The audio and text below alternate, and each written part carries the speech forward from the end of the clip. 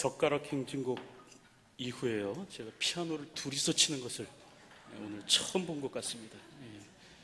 아시는지 모르겠어요. 오늘 피아노를 두 분이서 연주를 하셨어요. 어제 조대병원에 계신 문경래 장로님을 잠깐 뵀는데 장로님께 여쭤봤죠. 요즘 메르스가 한참인데 장로님 이거 어떻게 해야 됩니까? 교회에서는 좀 어떻게 했으면 좋겠습니까? 그런 질문을 던졌어요. 그때 장로님 하시는 말씀이 너무 크게 염려하지 않으셔도 됩니다. 그런 얘기를 하시더라고요. 제가 한 얘기가 아니에요. 조대 병원장께서 하신 얘기예요. 너무 크게 염려하지 않아도 됩니다. 그런 얘기를 하셨는데, 오늘 우리가 이 메르스 때문에 너무 위축될 필요는 없겠다라는 생각이 들고요. 다만 이제 오늘 우리가 조금 서로에 대한 배려와 예절만큼만은 좀 갖출 수 있었으면 좋겠다라는 생각이 듭니다. 그래서 손을 좀 가능한 한 자주 씻으시고요. 손 씻기 좀 잘 하시면 될 것 같고, 또 기침하셔도 됩니다. 기침하셔도 되는데 살짝 이렇게 고개를 돌려서 기침하시면 좋겠습니다. 저도 목이 막 칼칼한데 이거 기침하면 사람들이 나를 이상하게 바라볼까 참 고민스러워요. 그래서 기침을 못하고 참으려고 하고 하는데, 기침하셔도 좋은데요, 살짝 고개만 돌려서 하시면 좋을 것 같고, 간혹 또 이제 메르스에 대해서 심하게 이렇게 조금 염려하시는 분들도 계시는 것 같아서, 이제 앞으로 당분간은 교회에서 서로 만날 때 그냥 목례로만 고개 숙여서 인사하는 것으로만 그렇게 인사할 수 있도록 하겠습니다. 물론 악수해도 상관은 없대요. 장로님께 여쭤봤더니 악수해도 상관이 없다 얘기하시는데, 혹시라도 또 이 가운데 그 악수하는 것에 대해서 불편하게 생각하시는 분들 계실 수 있으니까 그런 사람들 서로 좀 배려하자라는 의미에서 이제 당분간 서로 그냥 고개 숙여서 인사하는 것으로 그렇게 인사하도록 하겠습니다. 이 시간 옆에 분들 바라보시면서요, 인사만 하도록 하겠습니다. 주 안에서 더욱더 강건하십시오. 한번 인사하겠습니다.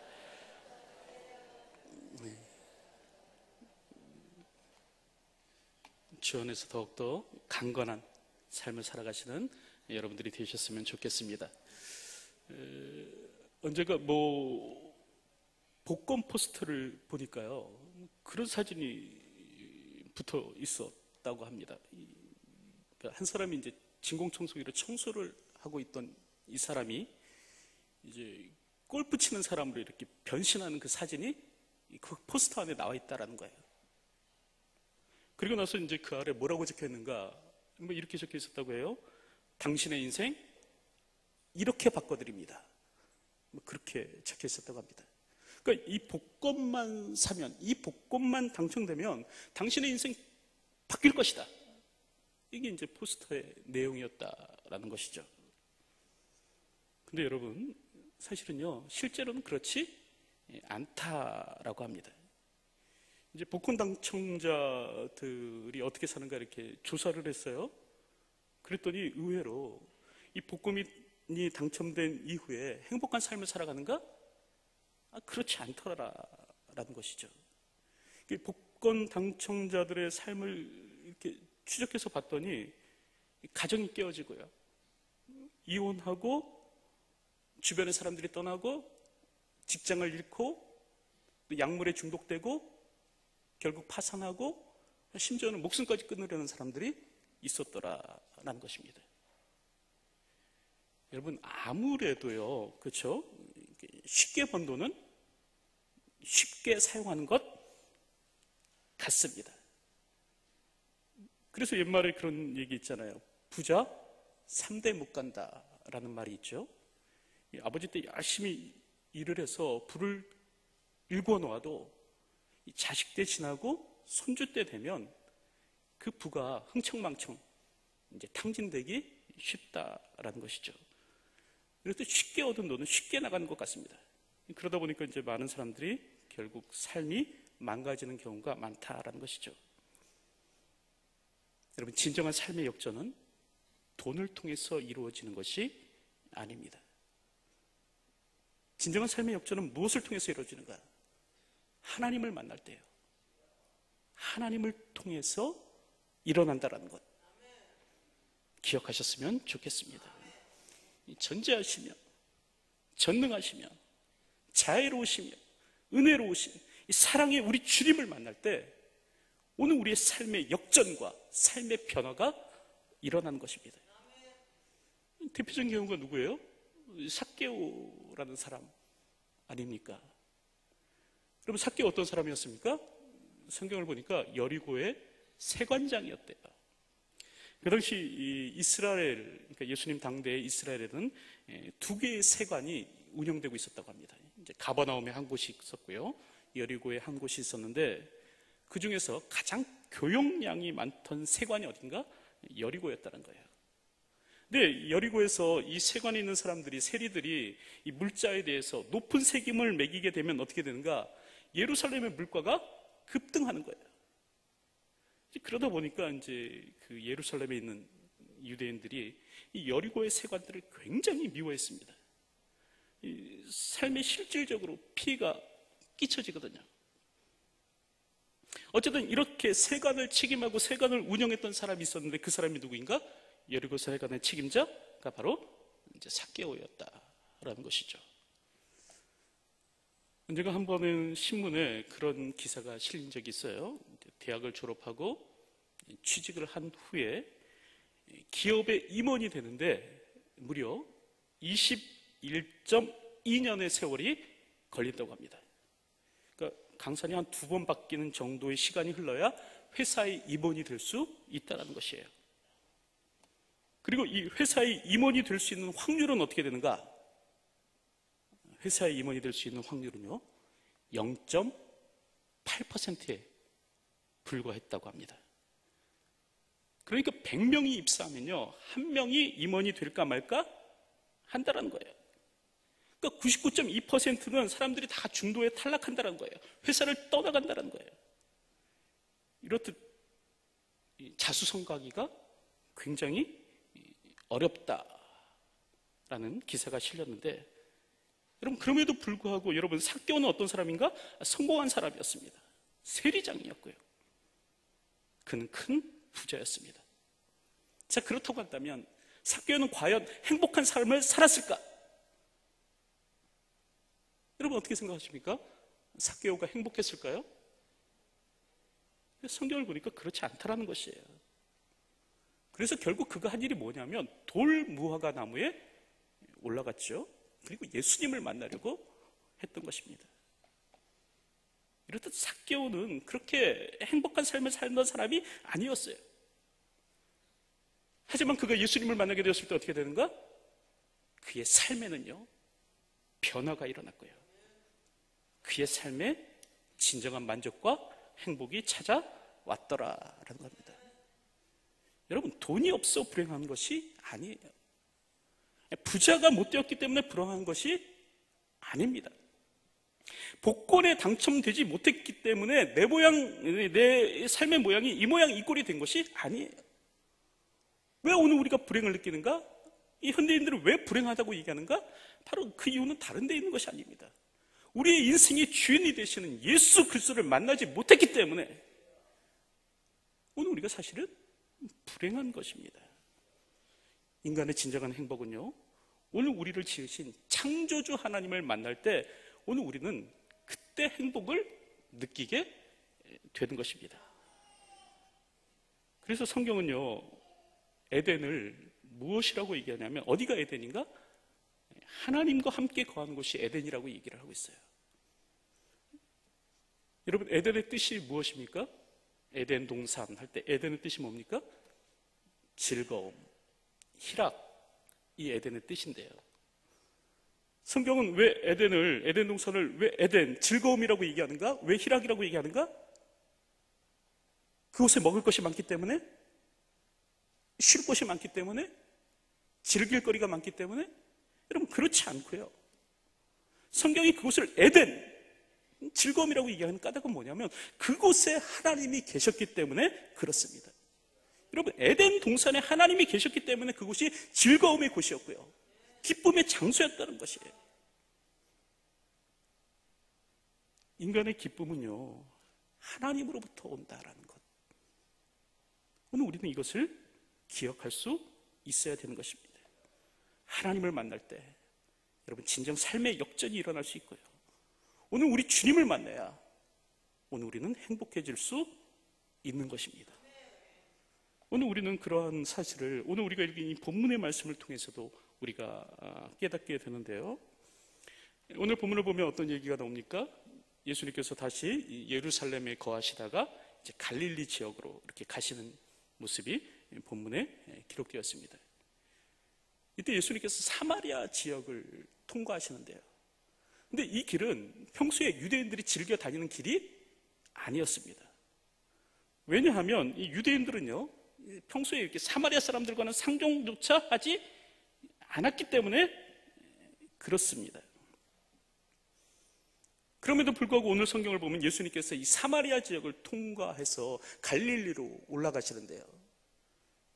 이때 수가성이라는 한 곳에, 한 마을에 이르게 됩니다. 그리고 한 여인을 만나게 되죠. 근데 이 여인이 어떤 여인인가? 첫째로 오늘 본문을 보니까 이 여인은 사마리아인이었다라고 이야기를 하고 있습니다. 여기서 사마리아인이었다라는 말은 무슨 말이냐면요, 유대인들에게는 멸시와 조롱의 대상이었다라는 것이에요. 유대인들이 경멸하던 사람들이 누구인가? 사마리아 사람이었다라는 것입니다. 그래서 오늘 본문 9절 말씀에 보면 뭐라고 기록합니까? 이는 유대인이 사마리아인과 상종하지 아니함이로라. 유대인들은요, 사마리아 사람들을요, 짐승처럼 여긴 거예요. 까닭이 무엇인가? 왜냐하면요, 이 사마리아 사람들은 혼혈 민족이었기 때문에 그렇습니다. 주전 722년에 이 거대 제국 아수르가 북왕국 이스라엘을 점령하게 됩니다. 그 당시 이스라엘도 우리나라처럼 남과 북이 갈려 있었습니다. 남쪽은 유다, 북쪽은 이스라엘, 이렇게 나라가 분열되어 있었는데, 이때 분열 왕국이었던 이 북왕국 이스라엘을 이제 그 세계 최고의 강대국이었죠, 아수르가 점령하게 된 것입니다. 나라가 멸망된 거예요. 그런데 이때 아수르의 정책이 뭐냐면 이 점령지 주민을 다 흩어버리는 것이 아수르의 정책이었습니다. 그러니까 점령지 주민을 제국 전체에 이렇게 뿔뿔이 다 흩어버림으로 말미암아 이 반란의 싹이 일어나지 못하도록 만드는 것이 아수르의 정책이었어요. 그러다 보니까 이 북쪽 이스라엘에 살던 유대인들이요, 이 아수르 제국 전체에 다 퍼져 살게 되었고, 반대로 이 아수르 제국에 살던 여러 이방인들이 이제 북쪽 이스라엘 땅에 와서 살게 되었던 것입니다. 그러면서 자연스럽게 어떤 일이 일어나는가? 혼혈 사람들 있잖아요. 유대인과 이방인의 피가 섞인 사람들 있잖아요. 이 사람들이 만들어지게 된 것입니다. 이렇게 반쪽 이스라엘 사람, 그러니까 순수 혈통 이스라엘이 아닌 이방인의 피가 섞인 사람, 이런 사람들이 만들어지게 되는데, 이 사람들이 누구인가? 바로 사마리아 사람들이었다라는 것이죠. 이런 사마리아 사람들은요, 유대인들에게 더러운 이방인처럼 그렇게 취급되었습니다. 그래서 전해지고 있는 이 글에 보면 유대인 랍비들이 기도할 때 어떻게 기도했는가? 이렇게 기도했다고 합니다. 하나님 아버지여, 하나님이 이 세상 사람들을 부활시킬 때 사마리아 사람들은 하나도 일어나지 못하게 하옵소서. 유대인들이 이렇게 기도했다는 거예요.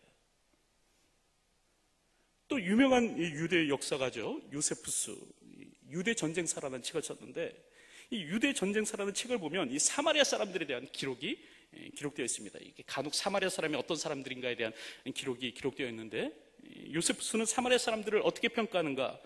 이렇게 평가합니다. 환경에 따라 자기들의 태도를 바꾸는 사람들, 이렇게 평가하고요. 또 사마리아 사람들은 뭐라고 얘기하냐면 믿을 수 없는 비열한 속성을 지닌 사람들이라고 이야기를 합니다. 이렇듯 유대인들로부터요, 차별받고 멸시받고 했던 사람들이 사마리아 사람들이었는데, 오늘 예수님께서 수가성에서 만난 이 여인이 어떤 사람인가? 바로 그 사마리아 사람이었다라는 것이죠. 둘째로 오늘 본문을 보면 이 여인은 어떤 사람인가? 남편이요, 5명이나 있었던 사람입니다. 그리고 지금 살고 있는 이 6번째 남자, 이 남자도 이 남편이라고 부르기에는 참으로 애매한 사람이었다라는 것이에요. 그래서 예수님께서 이 여인에게 말씀하시죠. 내 남편을 데려오라 라고 했을 때 이 여자가 뭐라고 대답했냐면 내게는 남편이 없습니다. 이렇게 대답한 거예요. 그러니까 자기에게 남편이라고 부를 만한 남자가 없었던 여인, 이 여인이 오늘 본문에 기록된 사마리아 여인이었다라는 것이죠. 그래서 셋째로 결국 이 여인은 어떤 삶을 사는가? 이 여인은요 스스로를 사람들로부터 소외시키는 그런 삶을 살아가게 됩니다. 그래서 오늘 본문 6절을 보면 뭐라고 얘기합니까? 이렇게 기록되어 있죠. 때가 6시쯤 되었더라. 여기서 6시는 지금 오늘 우리 시간으로 따지면 정오, 낮 12시를 의미합니다.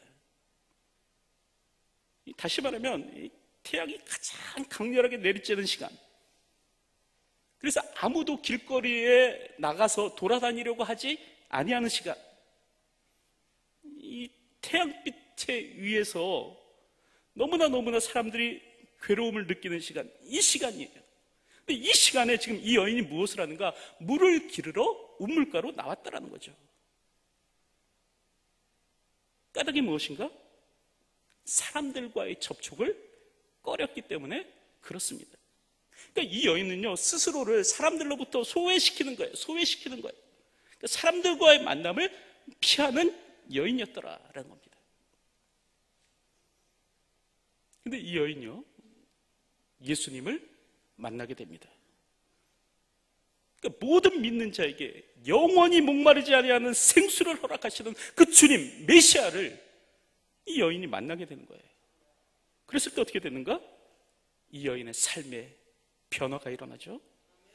오늘 성경을 보면 이 물동이를 버려두고 동네로 달려갔다라고 얘기하고요. 그리고 사람들을 향해서 이야기했대요. 내가 메시아를 만났습니다. 이렇게 외쳤다는 거예요. 보라, 이는 그리스도가 아니냐. 여기서 그리스도라는 말은 메시아라는 말이죠. 보라, 이는 그리스도가 아니냐. 내가 행한 모든 것을 그가 내게 말하였다 라고 사람들에게 외치고 다녔다는 것이에요. 결국 어떤 일이 일어났는가? 오늘 보면 39절을 보면요 이렇게 기록합니다. 그 동네 중에서 많은 사마리아인이 예수를 믿는지라. 이 여인으로 말미암아 이 수가성 지역에 있던 많은 사람들이 예수님을 그리스도로, 예수님을 메시아로 믿는 일이 일어났다라는 것입니다. 이렇듯 오늘 본문을 보면 예수님을 만나서 그의 삶이 바뀐 여인에 관한 얘기가 오늘 우리 본문 가운데 기록되어 있다는 겁니다. 이렇듯 예수님을 만나면 어떻게 되는가? 삶이 바뀌고요. 예수님을 만나면 어떻게 되는가? 인생의 변화가 일어나더라는 거예요. 여러분, 복권이 아니에요. 돈이 아니에요. 오늘 우리 인생의 진정한 변화, 삶의 변화는 무엇을 통해서 이루어지는가? 예수 그리스도를 통해서 이루어진다는 것입니다. 그러므로 오늘 우리에게 가장 중요한 것은 무엇이냐? 오늘 우리 인생에게 가장 중요한 것은 뭐냐면요, 바로 주님을 만나는 것입니다. 여러분, 예수님을 만나는 것이에요. 오늘 우리 인생에서 가장 중요한 것은 무엇이냐? 오늘 우리가 하나님을 만나는 일, 이 일만큼 중요한 일은 없다라는 것입니다. 그렇다고 한다면 오늘 우리는 어떻게 하나님을 배울 수 있는 것인가? 여러분, 2000년 전에는요 예수님께서 직접 이 사마리아 여인을 찾아가셨죠.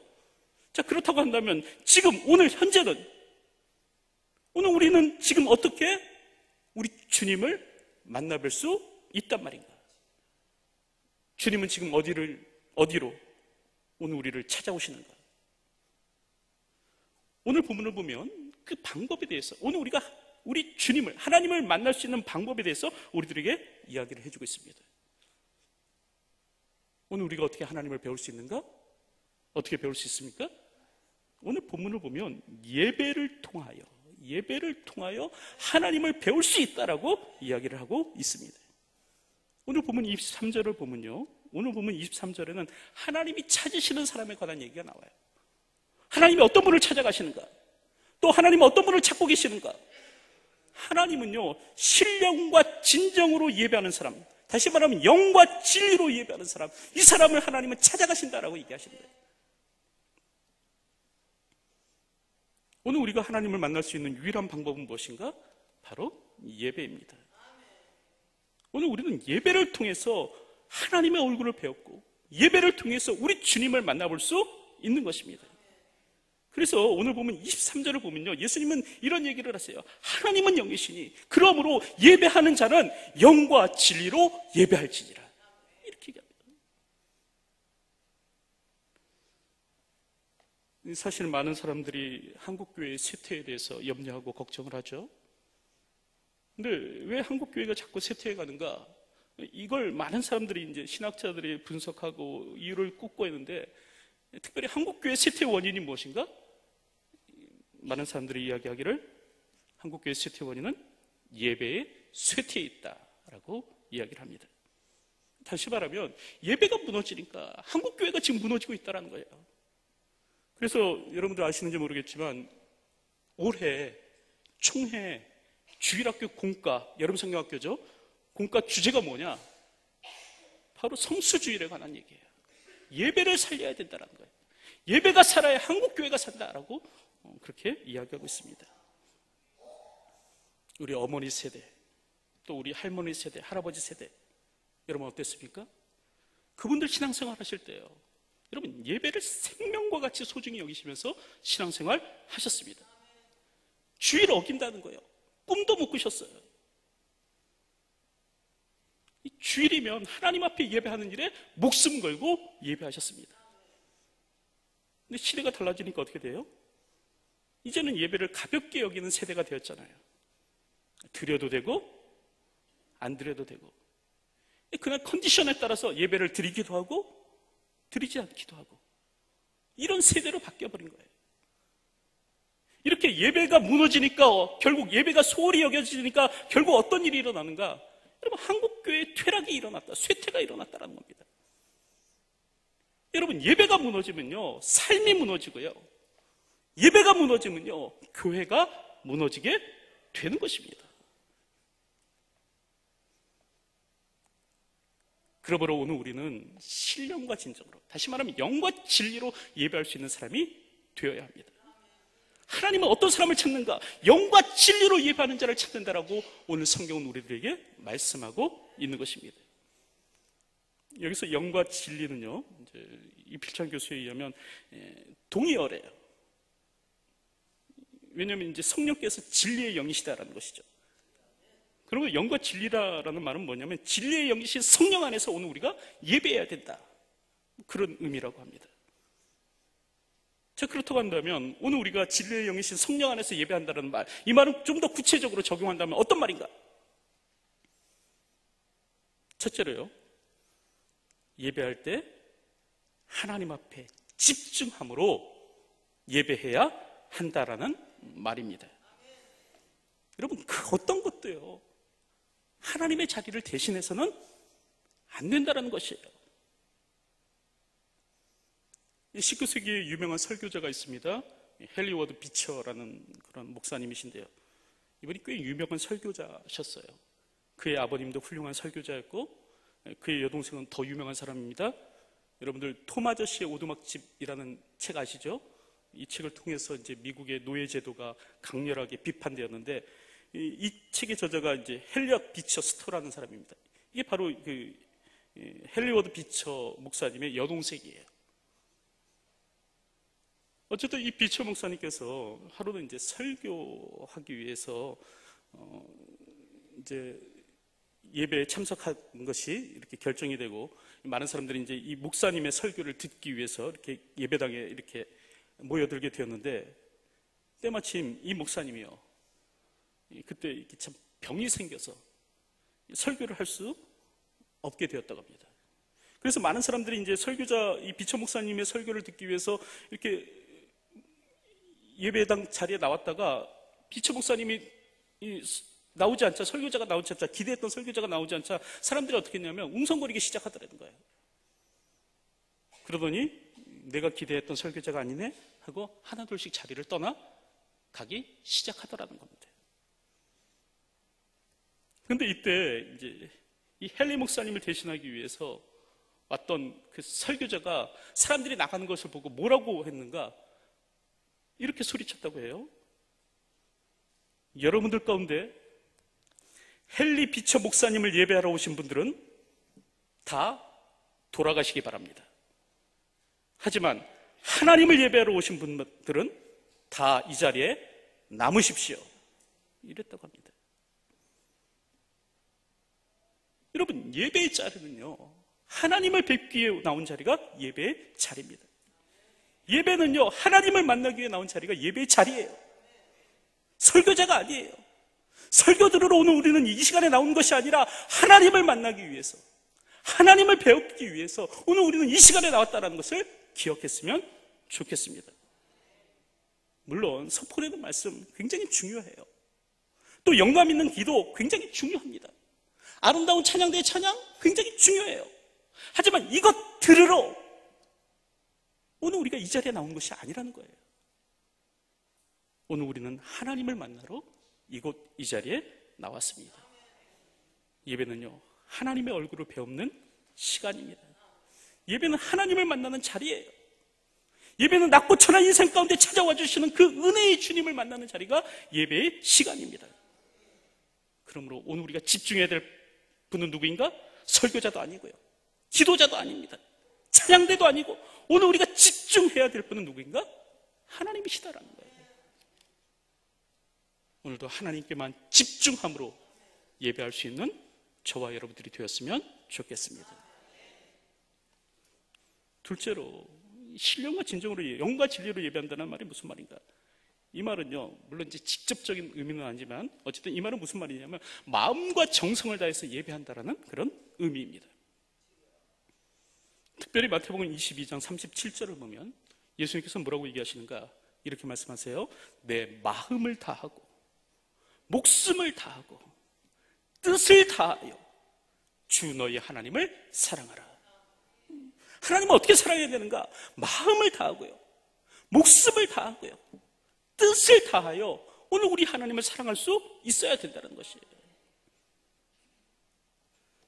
오늘 우리는 타성에 젖은 형식적인 예배 드려서는 안 됩니다. 요즘 북한의 정세가 좀 심상치 않아 보이죠?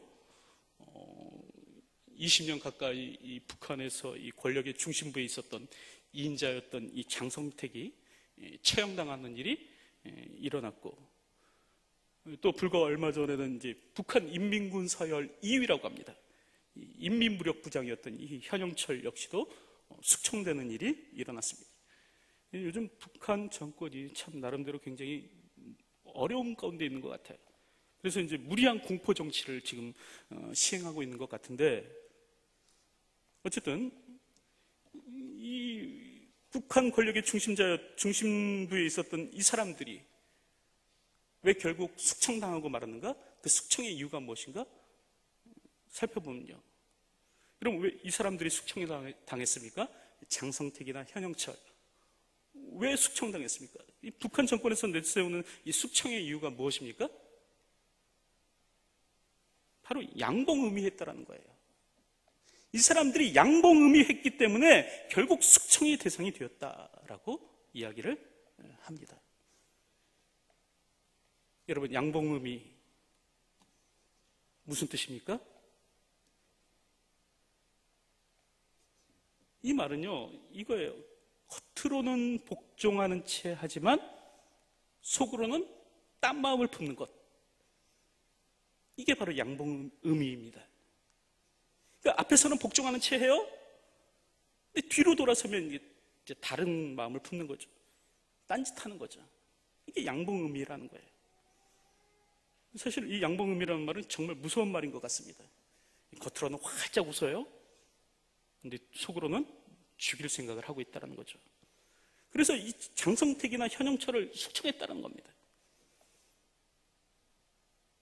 근데 성경을 보면요, 이스라엘 백성들이 바로 이런 모습을 보였다는 거예요. 이스라엘 백성들이 꼭 이랬다는 거예요. 이사야서 29장 13절을 보면 뭐라고 얘기하는가? 하나님께서 이렇게 말씀하세요.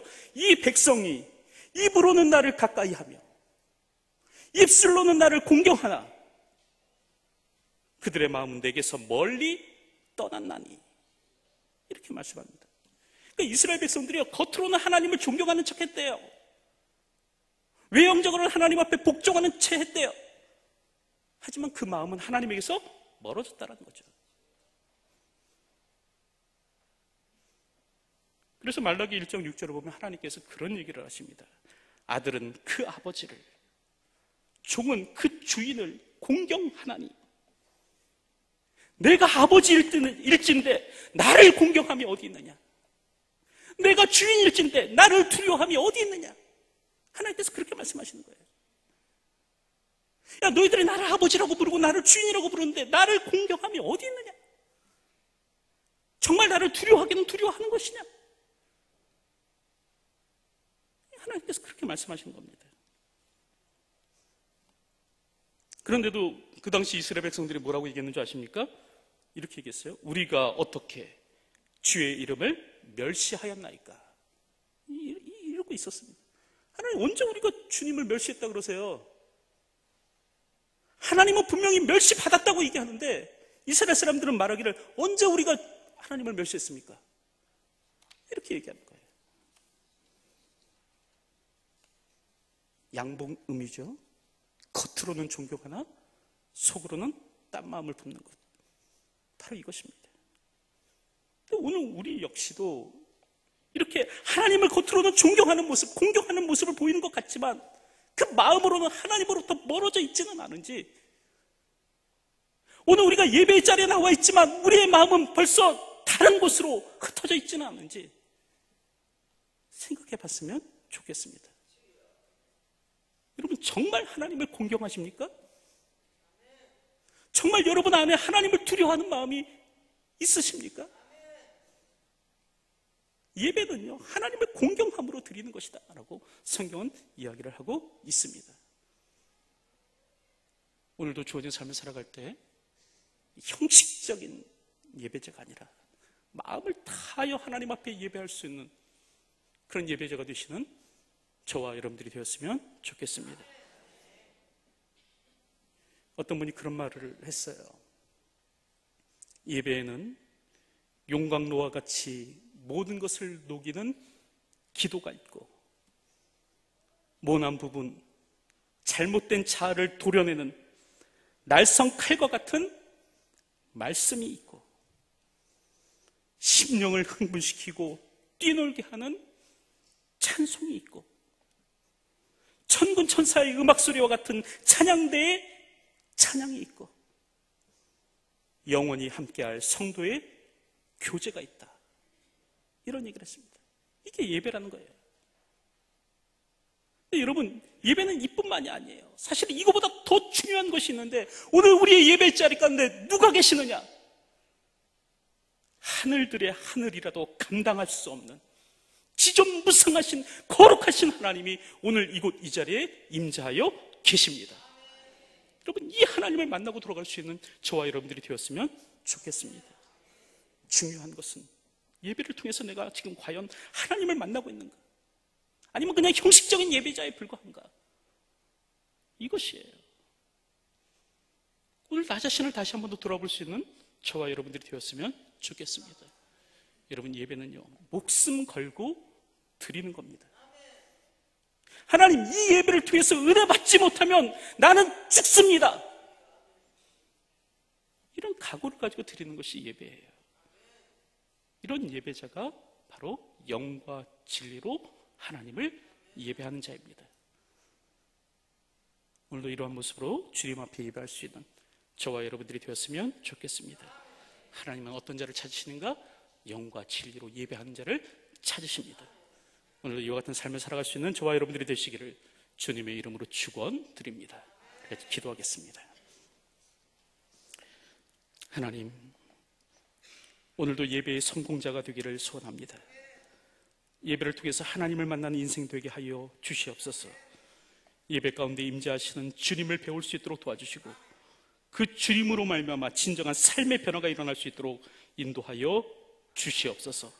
사마리아 여인이 주님을 만남으로 그의 삶이 바뀌었던 것처럼 동일한 은혜의 역사가 오늘 이 시간 예배를 통하여 하나님을 만남으로 우리 가운데 있을 수 있도록 역사하여 주시옵소서. 예수님의 이름으로 기도하옵나이다. 아멘.